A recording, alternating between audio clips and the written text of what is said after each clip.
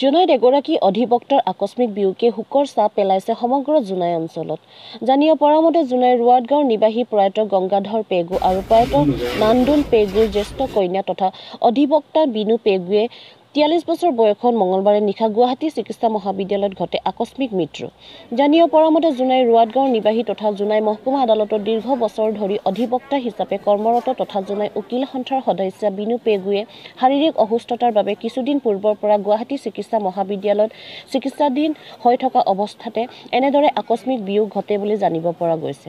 ইফালে গুৱাহাটীৰ পৰা আজি পুৱা প্ৰয়াত বিনু পেগুৰ নশ্বৰ দেহটো ৰুৱাদ গাঁৱৰ নিজা গৃহলৈ লৈ অনাৰ পিছতে সৃষ্টি হৈছে এক শোকাকুল পৰিৱেশৰ। ইয়াৰ পিছতে এখন বাহনেৰে বিনু পেগুৰ নশ্বৰ দেহটো লৈ অনা হয় জুনাই মহকুমা উকিল সন্থাৰ কাৰ্যালয়লৈ। কাৰ্যালয় চৌহদত উকিল সন্থাৰ সকলো সদস্যা গুণমুগ্ধ ৰাইজে উপস্থিত হৈ বিনু পেগুক জ্ঞাপন কৰে শেষ শ্ৰদ্ধাঞ্জলি। উল্লেখ্য যে মৃত্যুৰ সময়ত বিনু পেগুৱে ভাতৃ ভগ্নী আৰু ভালেসংখ্যক আত্মীয় স্বজনক এৰি থৈ যায় ই সংসাৰত। ইয়াৰ পিছতে বিনু পেগুৰ নশ্বৰ দেহটো ৰুৱাদ গাঁৱৰ শ্মশানত লৈ গৈ নিজা পৰম্পৰাৰে সমাপন কৰে শেষ কৃত্য।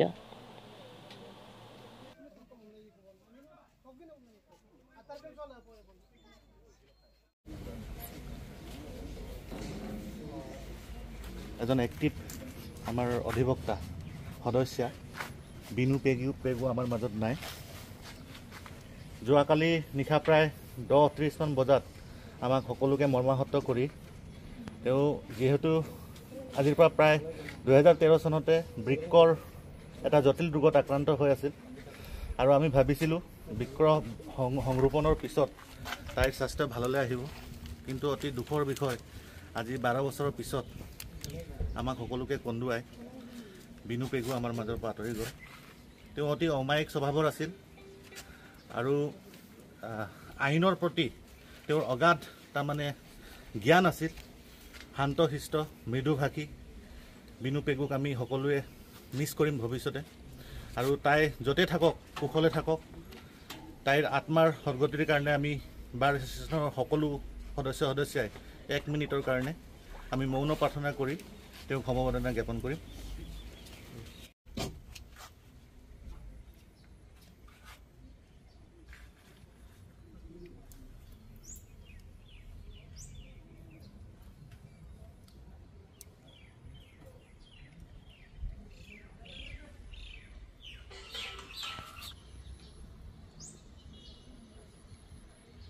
আমাৰ উকিল সন্থাৰ জুনাই উকিল সন্থাৰ কাৰণে বৰ এটা দুখৰ খবৰ। আমি খবৰ পালোঁ যোৱাকালি ৰাতি 10:45 মিনিটত আমাৰ এজন সতীৰ্থ শ্ৰীমতী বিনু পেগু তেখেতৰ পৰলোক প্ৰাপ্তি হ'ল বুলি আমি খবৰ পালোঁ। ৰাতিপুৱা আমি আহি খবৰ ল'লোঁ আৰু তেখেতক আমি পৰিয়ালবৰ্গক সমবেদনা জ্ঞাপন কৰিছোঁ। আৰু আমি আজি জুনাই সন্থা উকিল সন্থাৰ তৰফৰ পৰা আমি আজি তেখেতক শ্ৰদ্ধাঞ্জলি জ্বলাবৰ কাৰণে আমাৰ বাৰ এছ'চিয়েশ্যনলৈ আমি এটা শোভাযাত্ৰা এটা কৰিবৰ কাৰণে আমি কাৰ্যসূচী হাতত লৈছোঁ। আৰু আমি উকিল সন্থা গোটেই তৰফৰ পৰা আৰু আমাৰ ৰাইজৰ আমি সহযোগিতা কামনা কৰিছোঁ। হয়, তেখেতৰ নাম বিনু পেগু। তেখেতে আমাৰ জুনাই উকিল সন্থাৰ সদস্য আছিলে আৰু তেখেতৰ গাঁও ৰুৱাদ দলং, জুনাই ৰুৱাদ দলং। আমি ভবা নাছিলোঁ যে তেখেতে ইমান সোনকালে আমাক এৰি অজান দেশলৈ গুচি যাব। তেখেতে যোৱাকালি ৰাতি গুৱাহাটী GMCHত চিকিৎসাধীন অৱস্থাত মৃত্যু হৈছে বুলি আমি খবৰ পালোঁ। গতিকে আমি অতিকৈ মৰ্মাহত হৈছোঁ। গতিকে তেখেতৰ বিদেশী আত্মা সদ্গতি কামনা কৰিছোঁ আৰু তেখেতৰ পৰিয়ালবৰ্গলৈ আমি গভীৰ সমবেদনা জ্ঞাপন কৰিছোঁ।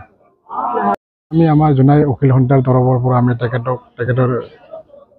তেখেতক আমি শ্ৰদ্ধাঞ্জলি জ্ঞাপন কৰিবৰ কাৰণে আমি এতিয়া ৰথযাত্ৰা আৰম্ভ কৰিছোঁ। গতিকে আমি অলপ পাছতে আমি জুনাই উকিল সন্থাত আমি তেখেতৰ শ্ৰদ্ধাঞ্জলি জ্ঞাপন কৰিবৰ কাৰণে আমি এতিয়া লৈ যাবলৈ সাজু হৈছোঁ।